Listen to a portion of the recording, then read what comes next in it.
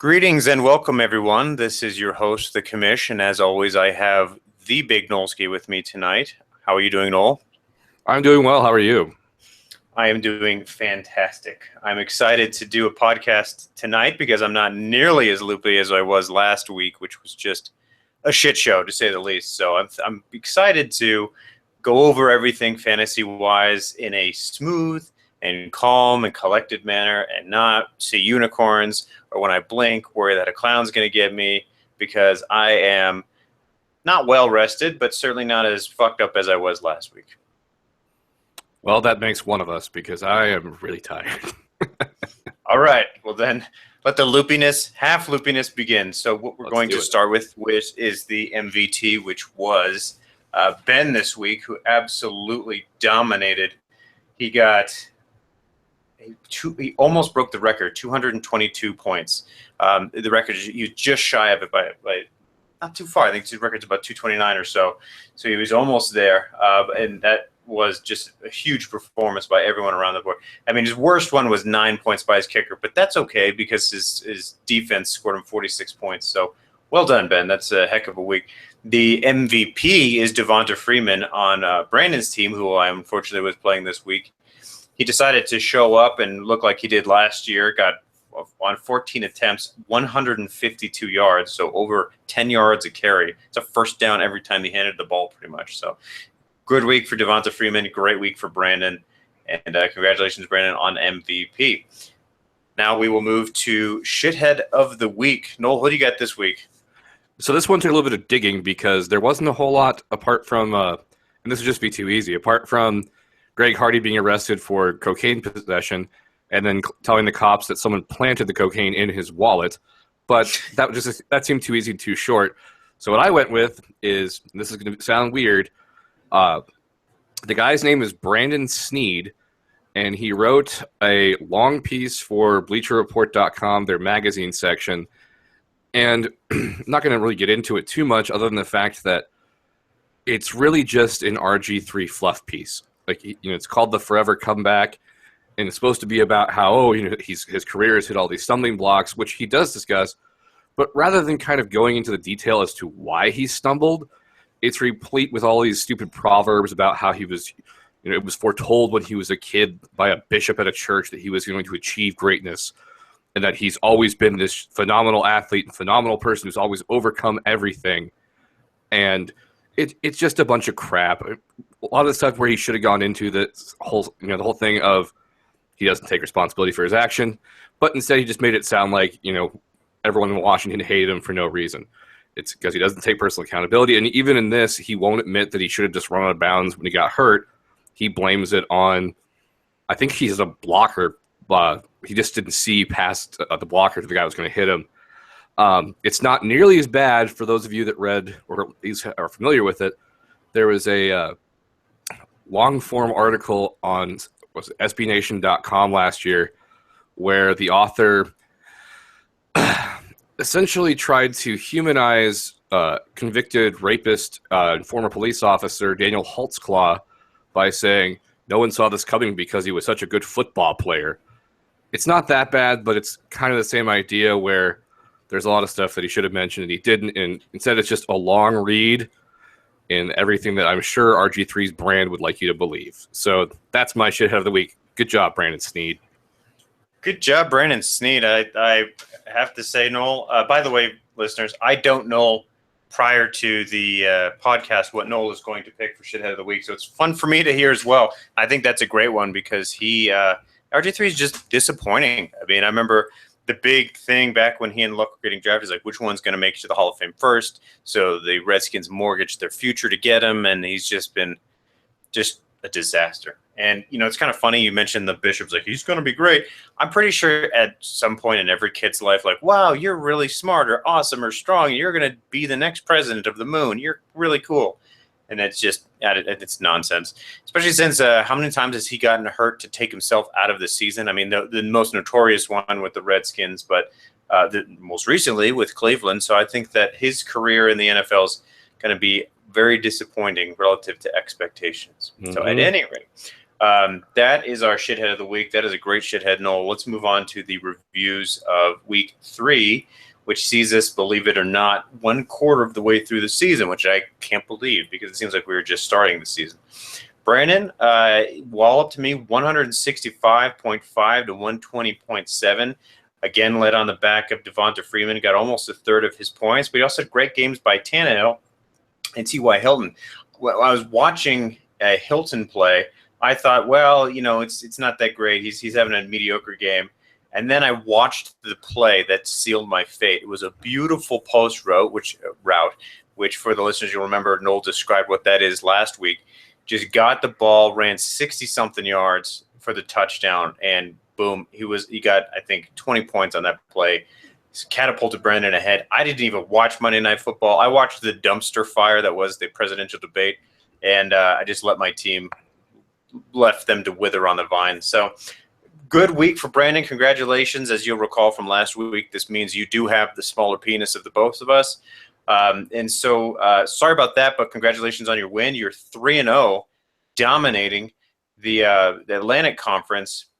Excuse me, the Mountain Conference. You're the only one who's undefeated left in the Mountain Conference, and you're nipping at the heels of Josh for number 1 overall in the league. He is also 3-0, but has just about 6 points more than you. So congratulations to Brandon. Good week, and look forward to you hopefully losing some point in the future so that I can throw it in your face. Noel, Castle Black Knight, what happened here? Well, let's take a look at the score. So, Jesus Christ, Ben. I mean, well, you had Stafford, who just ate it up during garbage time against the Packers. It was, for those of you that, well, I didn't watch the game. I just kind of saw it on the Fantasy Cast. Green Bay just charged out to a lead, and in classic Mike McCarthy fashion, in the second half decided, hey, I've got a defense that's, devastated by injuries, and both my corners are young guys who are, extremely inexperienced. So I'll just play extremely conservative on offense and hope the defense can pick up the slack. And, because he's Mike McCarthy, that almost cost him the game. So, that's in fantasy, garbage time is good time if you got the guy on your team. Elliott just had a monster game on Sunday night, and it was, Dallas's defense is solidly mediocre. But, I mean, Elliott, he was running hard. I'm looking at the receiving totals. I would have thought he got more, but, they were just pounding the rock, 30 carries. Alshon Jeffrey, you kind of got what you expected with Brian Hoyer at quarterback. Other than that, really it's all about the defense and Mark Ingram and Garrett Blunt for Ben. Ben was very lucky in that his defense faced a Fitzmagic who did his usual thing where he likes to stare down receivers and then throw nowhere near that receiver, so the defensive back's always in a good position. On the other hand, with one exception, Vanessa would have beat anybody but 2 people this week. So, that always sucks. She just had across the board great production. 19.5 points out of the Broncos defense. We would have liked more, but hey, that's a lot of points for a defense. It's just, fortunately for her, she didn't get to benefit from Fitzmagic being Fitzmagic. So this was a good week for both, but unfortunately, Ben loves Fitzmagic. He does love Fitzmagic. Wah, wah.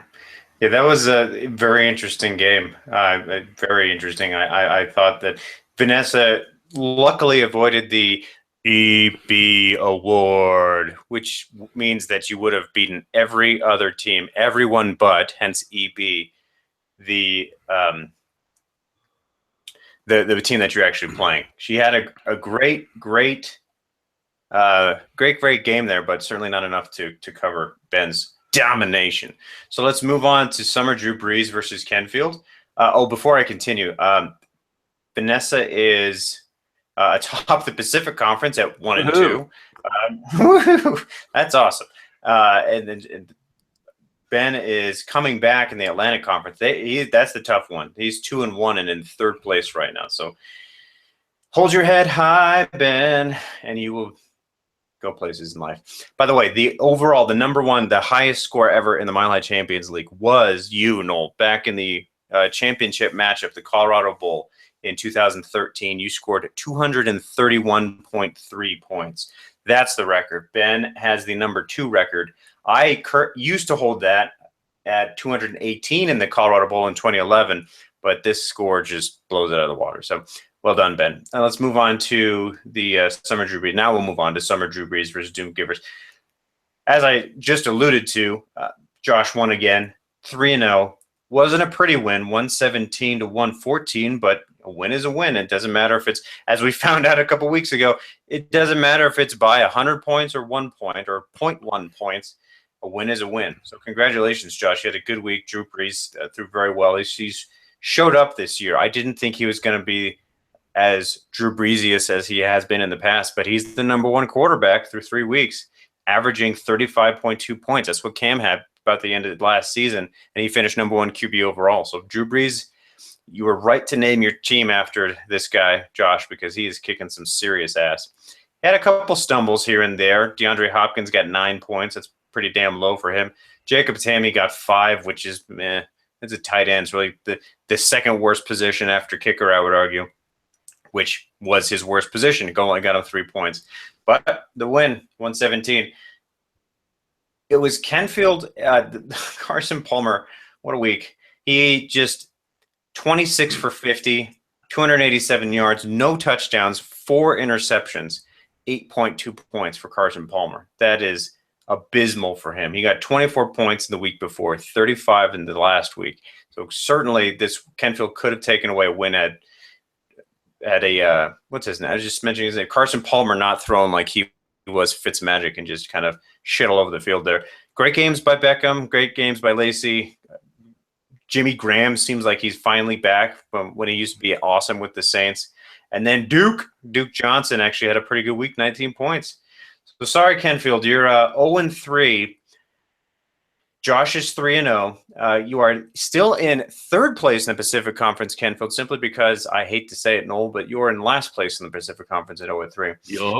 Yep. So keep in mind, though, as I was reiterating earlier, we are just a quarter of the way through. We still have the majority of the league ahead of us, the season ahead of us. So don't get discouraged if you're not having a great start to the season, like I am, or Vanessa, or Charlie, or Kenfield, or Noel, or Tyler, or Courtney, who all have losing records. Everyone else, fuck you. All right, let's go on. Let's go on to the next one. Jake versus Jake. Tyler versus Molly. All right. In a close one this week. Not as close as the other one, but I'll get to that later. This was, and also I should mention this. I should mention it earlier, but I didn't manage to watch. I managed to watch one football game on Sunday, and on Monday I had the game on in the background while I was kind of paying attention to the dumpster fire. So really the only game I watched last week, start to finish, was a Thursday night game. So fuck me. But let's move on here. And, Mahalo. Looking at this game, and just because it's the first thing I see when I go to the matchup screen is, what the fuck, Ben Roethlisberger? 11.8 points. I get it, Philadelphia, their defense, I think they're the number 1 ranked fantasy defense so far, but think about who they played to start the season. They played the Browns, and then they played the Bears. You're not expecting, a top-flight quarterback, top 5 in the NFL, really, in Ben Roethlisberger, to really shit the bed with 11.8 points. And it really, the only bright spot here for Tyler is Christine Michael with that 41 points, which no one really saw coming because the Seahawks have been running the ball just like shit to start the season. And then he's got 2 players that put up goose eggs. That's, good way to fuck you. Luckily, he had the Vikings defense, which has just been lights out this year and shows no reason to stop being lights out. Great scheme and great players. But, on to the actual winner of this game in Molly. 19.2 points from Cam Newton, you expect more than that. And I know he got hurt during that game, but you could see that he just got lit up, throwing 3 picks. And then she kind of got bit by the low scores too. I mean, 1 point on a Jordan Cameron who did he get hurt in that game? Because now I see he's out. He did get hurt. But that negates great performances from David Johnson, who really is the lone bright spot I think we've seen from Arizona this whole season. It just seems like Carson Palmer has not left the playoffs behind him from last year. He just keeps turning the ball over. And not to get too much, but Arizona has great playmakers on both sides of the ball, but they don't really have any real depth on either line. So Carson Palmer's getting a lot of pressure, and he doesn't handle pressure well to begin with.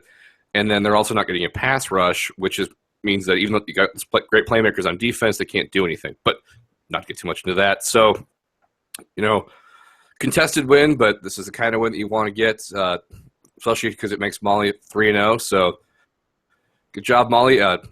Tyler, I think you'll bounce back because I like to look at your team here, and we have potential to see Julian Edelman line up at quarterback this week, so that's intriguing. Woo! I'm actually very much looking forward to seeing what that happens. I mean, he's a good athlete. He's just like, he also played quarterback in college. Yeah, see, that's what makes me think of Cody Hawkins for the Buffs. It's like, because Edelman is not, I mean, he's not short, but he's not tall. So I mean, like his counterpart, Tom Brady is 6-something. Julian Edelman is only 5'10", so that's certainly not NFL quarterback caliber height. So I don't know if he can see over his lineman. It should be very interesting. The Pats might chalk up their first loss this year. By the way, little trivia: do you know how many times Cam Newton was sacked this last weekend? I don't. I'm just gonna guess. Let's say 8. That's exactly right. 8 times. Well done, Noel. I may have seen it on Twitter, to be honest, but I don't really recall ever. I didn't look it up. We'll say that. Awesome. Well, that goes down in history as a very good guess and the first time anybody's actually seen something on Twitter. So let's go on to Charlie's game. Oh, quickly. Molly is right behind her fiancé in the Atlantic Conference 3-0. She's very close. She's about, 60 points behind in the points for. So she's going to have to get some wins ahead of her to actually make a difference there. But it's looking good in her favor so far. She's got 428 points through 3 games. That's not too shabby. And then, unfortunately, Jake Protein Shakes is at 1-2 and at the bottom of the Atlantic Conference. He's got a long way to struggle. I'm guessing what Tyler, to make the playoff, is going to have to be one of the teams that's not a division champion. He's going to have to, or the conference champion, I should say. He's going to have to be one of the runner-up and then just have a good overall season. So, all right, let's move on. I can chime in real quick before we move on. Just thinking to Christine Michael. Also boding well for him is, unfortunately, and this goes to Charlie, Thomas Rawls, his injury he sustained last week is apparently not a good one, and he could be out, I think they're saying 3 or 4 weeks. So Christine Michael could be a good back to lean on going forward. Cool. Yeah. You have a more intimate understanding of that being in Seattle than I do, but it seems like they don't know what to do running wise up there. And Pete Carroll's just kind of, because he just leaned on what's his face, not Megatron, Beast Mode for a long time. And now he's just like, oh shit, I forgot to get a backup for him. Yeah, they kind of just play the hot hand. And actually, Christine Michael was originally supposed to be the replacement. They drafted him, I believe, in the 2nd round, and he's a big back with some speed, but he suffered from what a lot of what speed backs do, is they get in the NFL and they're not patient. So if they either try and bounce it outside, which you can't really do in the NFL, or they don't let the hole develop and they just run to the back of their offensive line and fall over, which is kind of what he did.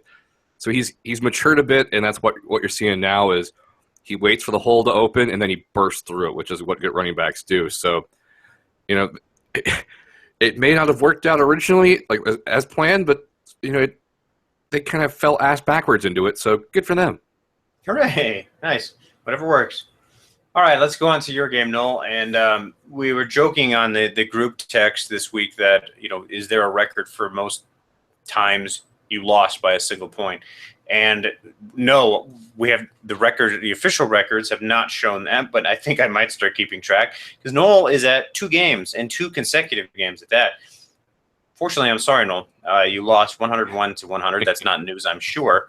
But it sucks to lose but it particularly sucks to lose by 1 point because you're just like, oh, what if Lamar Miller would have just got one more carry, or if Eric Ebron would have caught, one more of his targets. You never know. If I wouldn't have pulled what's his face, Jeremy Hill out of the game on Saturday. I think it was on Sunday morning in favor of Travis Benjamin. So, but I actually thought, and also I was getting a tattoo worked on Sunday, so I just kept looking at my phone. And I was watching Charlie come back and just going, like, oh my God, he's gonna it doesn't matter. Like, I'm not gonna hold him off. Like, he's gonna beat the shit out of me. But it ended up being, what was it? I think 99.5 to 100.5. It was crazy. It was 101 to 100 at the end of the day after all corrections and whatnot, which, you know what? If Nick Novak had kicked a single anything, you would have gotten at least tied and then would have had to do a tiebreaker ESPN-wise, which would have gone to the bench. Whoever has more points on the bench. Now, I guess Charlie would have won that as well because he had 53 points on the bench compared to your 31, all thanks to Jeremy Hill. But even still, Nick Novak scored 0 points, which is very bizarre because, Houston just got shut down by the Pats, and unfortunately that didn't give them any opportunities for field goals or Pats or whatever. So, well, it affected you too. Yes, it did. That was not fun because I dropped New England's defense. I'm like, well, fuck it. They're going to, Houston looks pretty good. I don't like Brock Osweiler, but they're scoring. They got DeAndre Hopkins. Going into the week, they were 2-0. And so I was like, well, shit, I don't think the Pats are going to – the Pats were somewhat disappointing at that point. And then, they had a monster week. But, we can pine as much as we want on the Pats, and that's just not going to help. So anyways, good job, Charlie. Good win. You are 1-2, as you are aware. You are tied for first in the Pacific Conference at 1-2. You are very much in the running for playoff contention at this point, just given the fact that the Pacific Conference is going to, if it continues on this trend, is going to be one that's won by potentially a 500 team. So that's it. I'm sorry for your loss, Noel. Congratulations, Charlie. Let's move on to the final game before the previews. Good game, Charlie. Also, glad to see that it looks like Green Bay's passing game is somewhat fixed. So, I'll take a drubbing if it means Aaron Rodgers is actually throwing touchdown passes, not just running for his life the whole time. I'm happy about that because Jordan. Jordy Nelson finally came back. I was watching that game. I was like, yay, look, he's being utilized for once. Hooray. Because they do sync up very well, Rodgers and Nelson. And so I was hoping they would really come back. Sadly, though, I don't need to complain about my own team, but Des Bryant has been just so disappointing. Everyone has their own disappointments this year, but Des Bryant, for me, for my own team, is the most disappointing. You saw that he has a hairline fracture now, too, right? I did, and I don't know what I'm going to do about that because I don't really have any room on my bench that I want to give up. I know what you mean. I'm kind of fucked. So, because you and I are riding, folks. First of all, I did not expect Jamal Charles to be out for a quarter of the season. They said, 1 week he'll be back in action, and nope. So I would challenge all of our listeners out there to think of that one person on your team who you're just like, if I see you in public, I'm going to step on your foot because you're a dick. And if I stepped on Des Bryant's foot, it'd probably break again. So, Mr. Bryant, if you're listening, and I don't know why you would, but if you are, go blow yourself and play better. All right, let's go to the final game. All right. Sorry, my apparently mine doesn't sync up with yours because I had mine is the final game, but this one is less depressing for for me. I don't know why it's less depressing for me. I'm just sorry. As I said, I'm loopy. But yeah, here we have the Legend of Lincoln, run by Courtney, up against at many times throughout this league's history, the powerhouse Parker Rams, owned by Matt Larson. And the problem that Larson ran into here, because he could have won by a lot more, is that game on Monday night was such a shit show because apart from New Orleans defense being so incredibly bad, their special teams kept coughing the ball up in basically the red zone. So Atlanta kept getting short field, and at one point they actually pulled Matt Ryan out of the game. So this could have been, he probably could have possibly challenged Ben for this, but I mean, this was a total drubbing if you look at just the scores. I mean, he got, let's see, of his, players of consequence being not kicker and special teams, his lowest scoring one was 11 points. And you put that in perspective, poor Courtney here, who had a respectable week, 140 almost, good week. And she got players that had 7, 6, and 0. So, but then you also put in the fact that he has a kicker that got 17 points. And, I think that was more than Russell Wilson got me this week. So that's going to be tough to beat if you have a kicker that's going that well. And you got a guy that has 41 points. So, this one, although, sorry, I said I'm loopy. Todd Gurley had his breakout game of the season, and I don't see any reason to step back other than the fact that Tampa Bay has a bad defense, but the Rams have faced some good defenses to start the year. So, Courtney has a better record than me, but, I think we're all feeling the pain here with our losing records, and I like Larson's team. Maybe I think Theo Riddick got hurt in that game, or at least got pulled out, but he was also ineffective. So he could be tough moving forward. I told you last week, anybody that Larson picks up is going to die. He's already had 3 people drawn onto the IR this year. So Theo Riddick, run, quit football while you still can before you die, because Larson has you on his team, and there's a good chance it's going to be like Final Destination. He's going to just he can't run from death. It's just going to get him somehow. So sorry, Theo. If you hear John Denver, lock yourself in a room. That's just good advice anyways, outside of fantasy football. So, all right, good analysis, Noel. Let's move on to the previews of the week.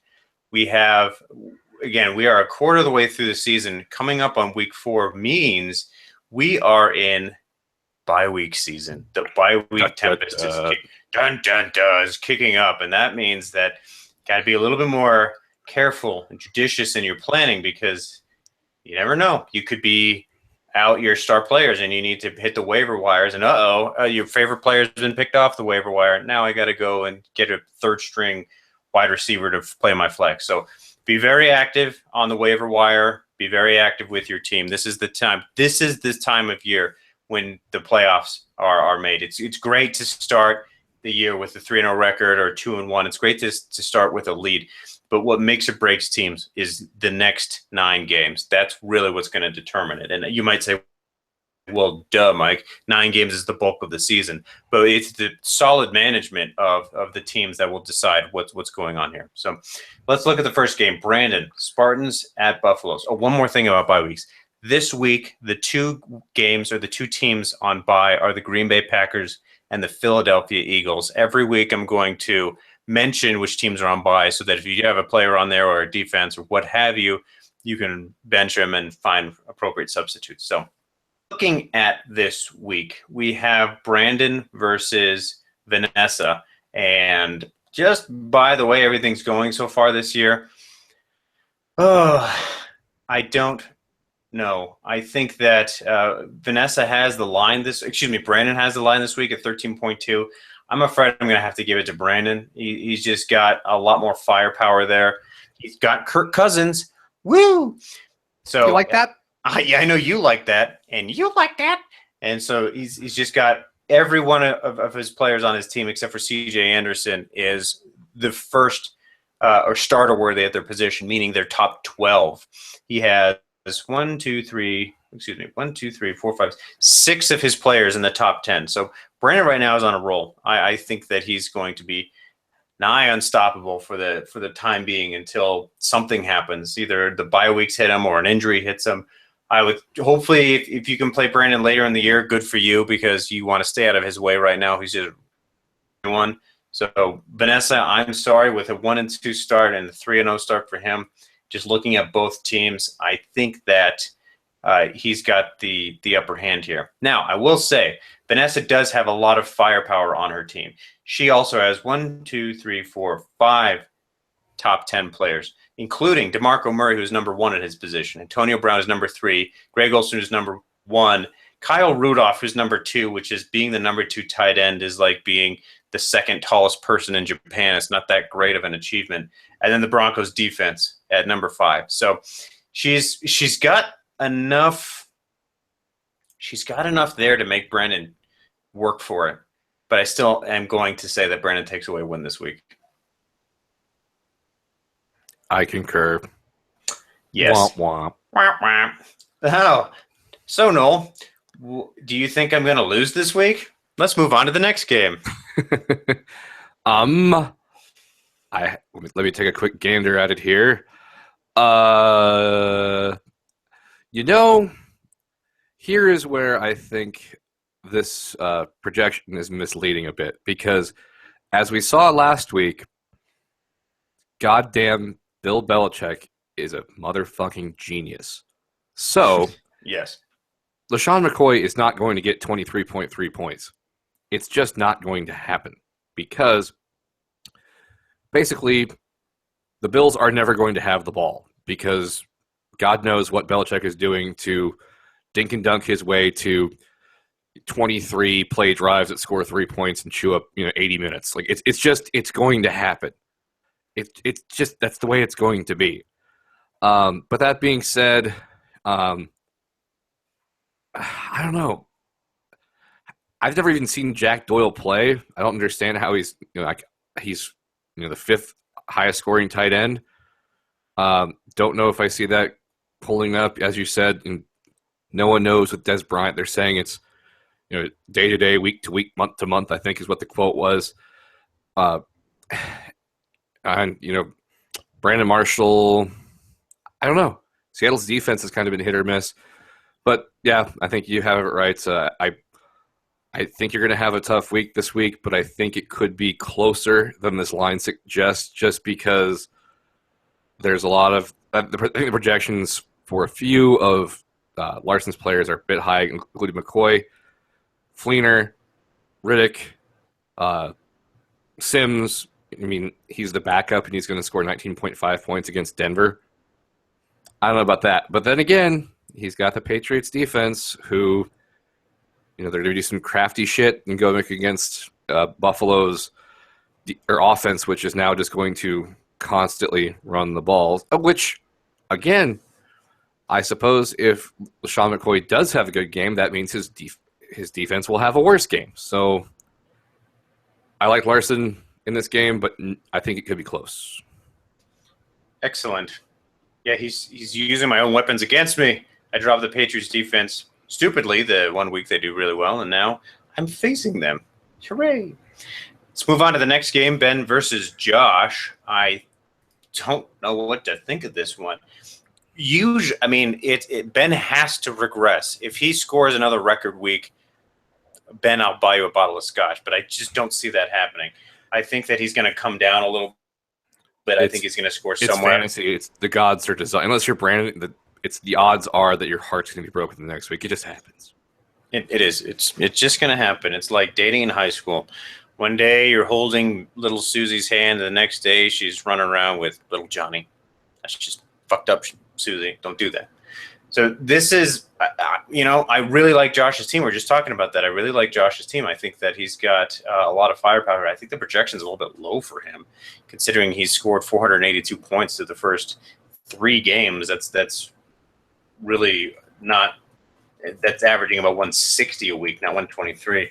Now he's not. He doesn't have Matt. He does have Matt Forte in his roster, but he's questionable. So I'm not exactly sure if he'll be able to score the almost 30 points he's been putting up per week. But I think the bigger question mark, I think the bigger thing that's going to pull him down is D'Angelo Williams, because guess who's back? Le'Veon, Mr. Weed himself, is back, and I think that he's going to fall off a cliff. D'Angelo Williams is just not going to be a factor this week. If you look at his production, it's been tapering off massively. 52 points the first week, 31 points the second week, 10 points the third week. D'Angelo Williams is just not going to be a factor. And so I think the projection of 6 points might be even a bit generous. He still has the number 1 QB, though. Drew Brees going up against a meh San Diego defense. And then Frank Gore running against a meh Jacksonville defense as well. I think is where he's going to score a lot of points here. Most of the points, I think, will come from DeAndre Hopkins, because I think they're probably pissed after getting blown out on Thursday night. So they're probably going to want to flex their nuts a little bit and put up some points against the Titans there. However, Ben has Ezekiel Elliott, which you can't deny. I think he's doing very well. He also has LeGarrette Blount, who he stole out from under me just because of the waiver wire shit.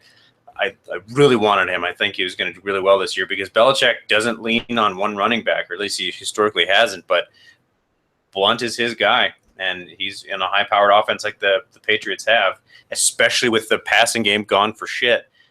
I'm sorry, Josh, but I'm going to pick Ben to win this week. Not only because he has a stronger line, but because I think that LeGarrette Blount is going to do very well.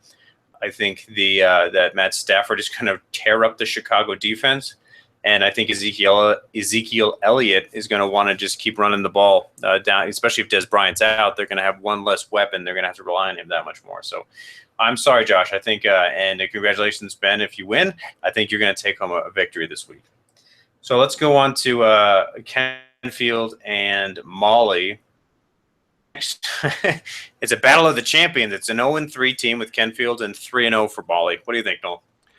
This one, just looking at it, it's impossible to judge because I don't think our good friend Kenfield listens to the podcast, and he's also on deployment right now in the middle of the ocean.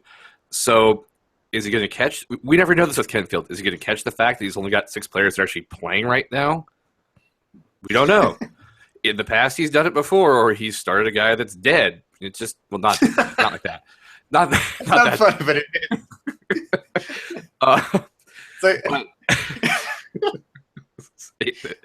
it sorry, I was hyperbole.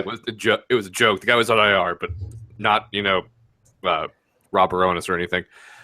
Yeah, that's what we were. That's what I'm not. We should not laugh about that, but we were laughing because for the last 2 years, ESPN has had Rob Baronis available to draft, along with, remember, Molly almost drafted Tony Gonzalez, who retired last year.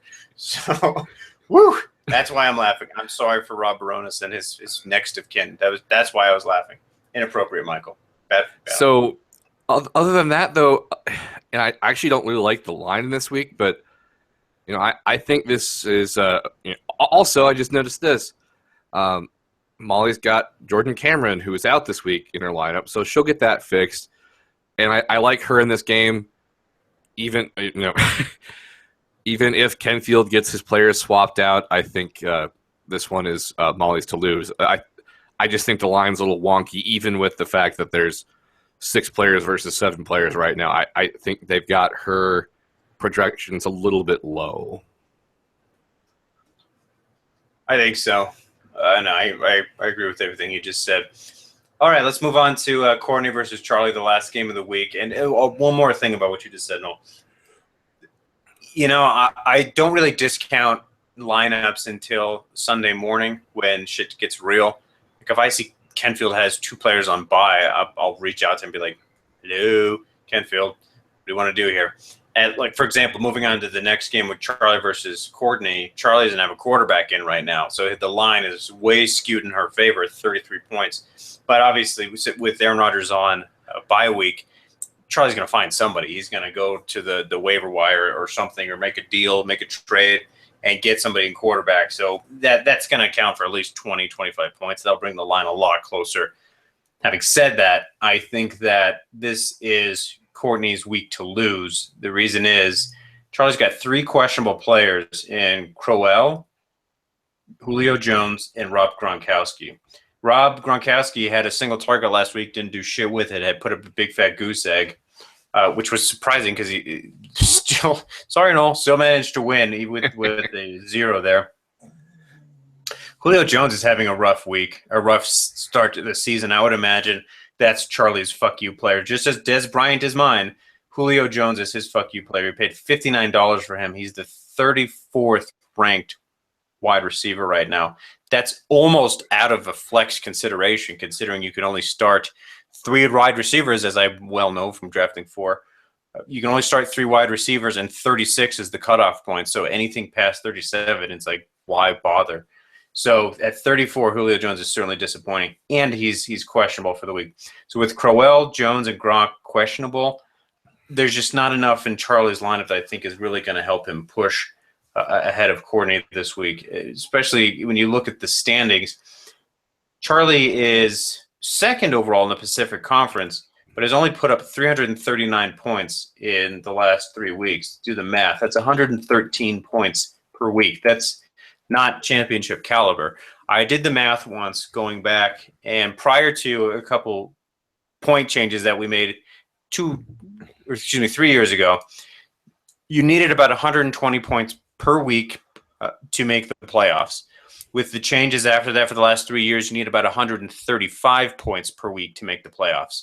So at 113, he's just not cutting it. So I think that he really needs to be cognizant of that. So for those of you out in math land, anything above 405, you've got a good start to the year. The 405 is the 135 times 3. So that's kind of the – if you can hit 135 points per week on average, I think you're going to be just fine. So, Charlie, I'm sorry. I think this one is going to go to Courtney.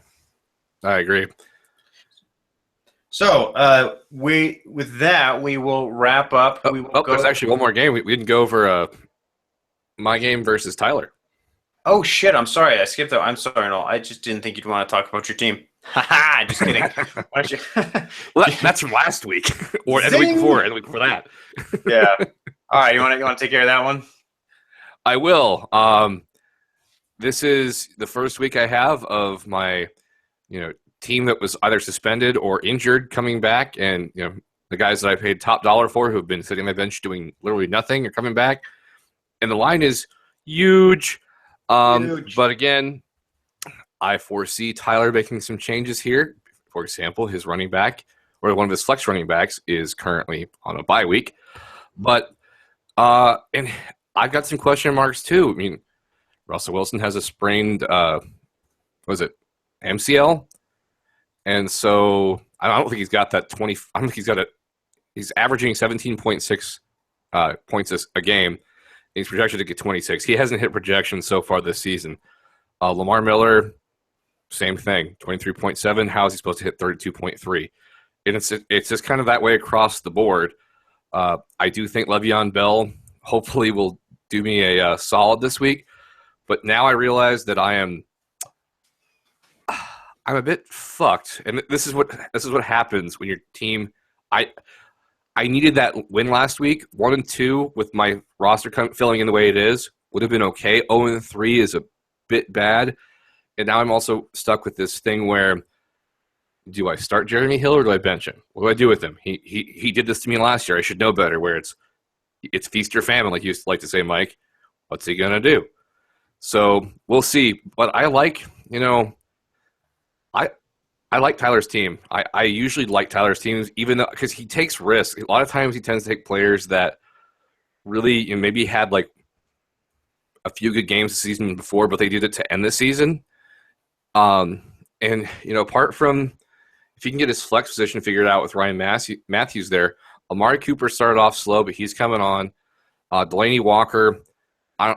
He had a tough matchup last week against Minnesota, who just shuts tight ends down. So I think he'll have a bounce back week. Edelman, as we said, he could get some, even as a wide receiver, can he benefit from those QB points? I mean, I didn't look. Did Vanessa start Terrell Pryor last week? Let me look. I will get back to you. Okay, because if you saw, he threw passes, he ran the ball in the backfield, and he had a great game receiving it. So if he can get those extra points, and Edelman throws a couple passes, who knows? So I don't like.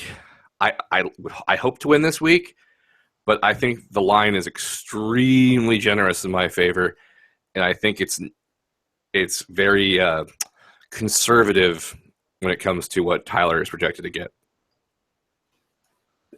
The answer to your question, Noel, is yes. Excuse me. No, she did not. What's the opposite of yes?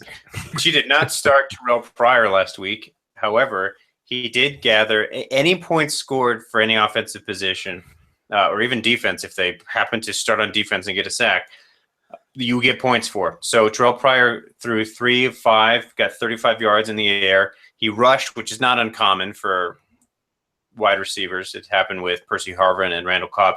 4 rushes for 21 yards and a touchdown. And then what scored the majority of his 35 points was 8 receptions for 144 yards. But yeah, so if Edelman plays quarterback, he will receive points as if he was playing a quarterback. So for all intents and purposes, you could essentially start 2 quarterbacks this week, which might not sound fair, but that's just the way that's how it works. You got lucky drafting Edelman. I'd be down watching it too. Like I wouldn't even be mad. It would be really cool to see how that works. Yeah, and kind of like what we were talking about. I mean, it sounds nice because usually the quarterbacks are the number one scoring person on your team and number one scoring player. However, Edelman is not a pro. He's obviously a pro player, but he's not a pro quarterback. He played quarterback in college, and I'm sure he was fine there. But as you know, Noel, it's the difference between the pros and college is night and day. Mm-hmm. They're just, unless you're like facing Alabama, who's basically like a JV NFL team, it's going to be a big difference. So I think that Edelman will do fine. He'll probably, be top 20 maybe just because he's playing with the Patriots. But I don't think he's going to score like 30, 40 points, anything like that. True, and he also played quarterback at powerhouse Kent State University. Yeah, and I actually watched him a bit State. playing in college, and there's a reason why he's playing wide receiver. Is the best thing about his game was the way he could run.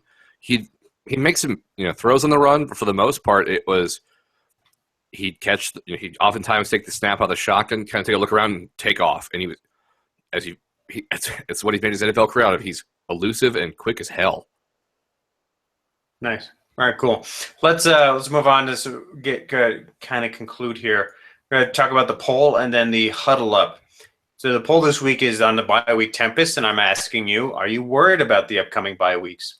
The answers are no, I'm solid, maybe I might be able to work through it, and then fuck my life. So those are your 3 options. Go ahead and feel free to vote. I just did. And let's move on to the final segment, the huddle up with Big Nolsky. This week we're going to be talking about throwing mechanics, how to throw a football. The reason why we're talking about this is because this is now, I don't know, for the last couple seasons even, a pass-heavy NFL, I almost said NFL league. That's what the L in NFL stands for, Mike. I guess I'm loopy too. Hooray, cheers to that. So we're going to talk about throwing mechanics and why it's important to look for a quarterback who can throw the ball well. It's not just accurately or bombing it, but things that like getting the ball out quickly, not doing what Tebow does. And he basically he kind of does like this windmill thing where he has the ball up high, then he brings it down to his hip, rotates back around his shoulder and throws it. It takes him like a second to throw the ball. That's why he got sacked so many times here. That's why he had to run so much in Florida, is because he realized when the pressure was coming from the defensive line or the linebackers, he took him a solid second to throw, which might not seem like a lot, but in the world of the NFL, after you snap the ball, that's an eternity. So, Noel, let's go just real quickly into what makes up good mechanics for throwing a football. That is an excellent question, and there's a reason that quarterback is the most difficult position to play on the field. Good mechanics is going to be, it's, as you said earlier, it's going to be that quick release, and also working in concert with your feet. It's, if you play golf, think of it as like a golf swing. If your feet aren't square with your shoulders, you're going to hit the ball just all over the place. And it's the same thing. That's why I always talk about footwork. It usually starts with the footwork because despite the fact everyone talks about arm strength, the way that you throw a ball, and Mike knows this being a baseball player, is essentially with your legs. It's how you plant and how you use your legs to put force behind the ball. But from there, this is kind of where it separates people who can play quarterback versus people who can't. And that wind-up thing is a very good indicator if someone can be a good quarterback. And the reason that is not only because a longer release, and you hear, I think on Sunday night they had like a little clock that shows the release time for like, oh, this guy's got this quick release. It doesn't matter. It does matter for getting sacked. If any of you remember Byron Leftwich, he had that same kind of wind up that Tebow did, not quite as wonky, but it would start like around his waist where he would whip the ball up from there. And he could put some steam on the ball, but the problem was the release was so long that he's either getting hit or defenders are seeing where he's going with the ball because they can see he's starting to throw it. And when your windup's that long, you're not going to have a very good pump fake, which a lot of quarterbacks utilize. So they're seeing where you're going with it, and they're going to lock on So whatever window you're trying to throw into is closing very fast. So there's that. And this is, you hear the NFL coaches talk about this occasionally, but big hands as a quarterback is a wonderful thing to have because you can create a lot more, generate a lot more spin, which usually gets more velocity with a shorter release and a shorter wind-up motion, and you can throw it more accurately. So, sorry, I'm kind of meandering, but this is a really hard topic as far as just what makes a good quarterback. It's, it's the release, it's the footwork, hand size it's not talked about much, but it's very important. Believe it or not, Johnny Manziel, for not being very tall, reportedly has gigantic hands, which allows him to throw with some accuracy, even though he can't read defenses. But yeah, sorry, I'm not very good on that one tonight, but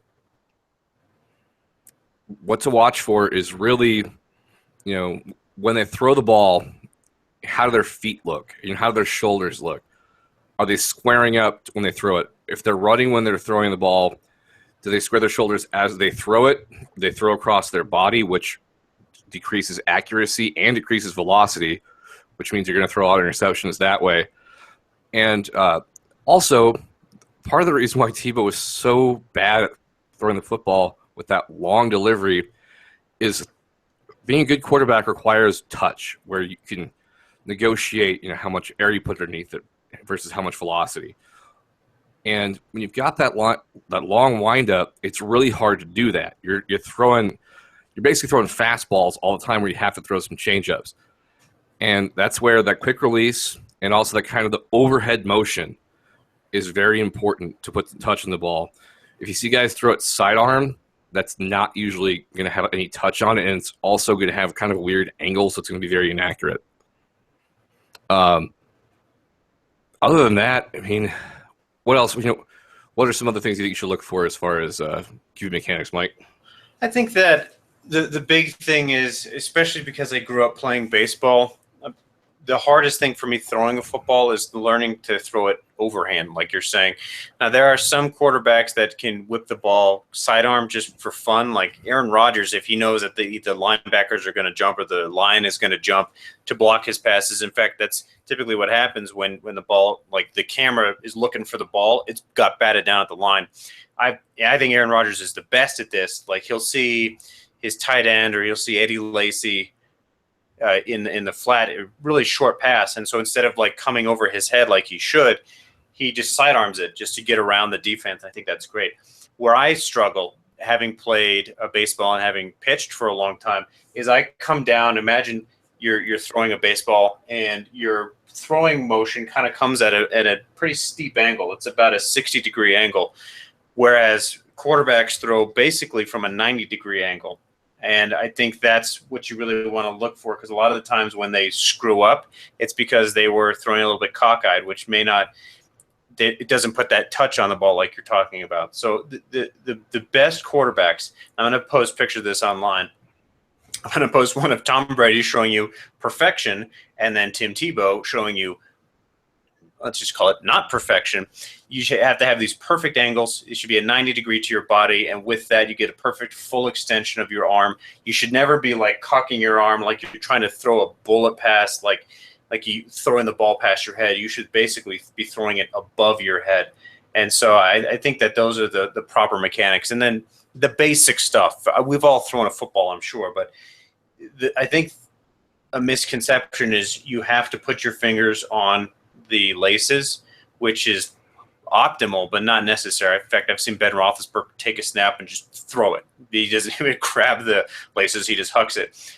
The biggest thing I think people don't recognize, unless you've played football or you're an avid enthusiast, is that only at most your ring and your pinky finger should be touching the laces. Everything else is behind that, and that's to give you that power. That's to give you that acceleration and touch that you need to get the ball where you need to. So this was kind of a very broad topic. I recognize that, but I think it's one of the more important ones simply just because, A, we're in a quarterback heavy Mile High Champions League, and we're in a quarterback-heavy NFL. And they do talk about, especially like you're saying, Noel, on Sunday Night Football, they talk about release time, and they scan the field and say, all right, he's thrown 36% to the left, and here's why. And they'll actually draw out how he throws the ball. So when you're watching Sunday Night Football, when you're watching football, if they talk about that, look for those things. Look for the things that we're talking about tonight.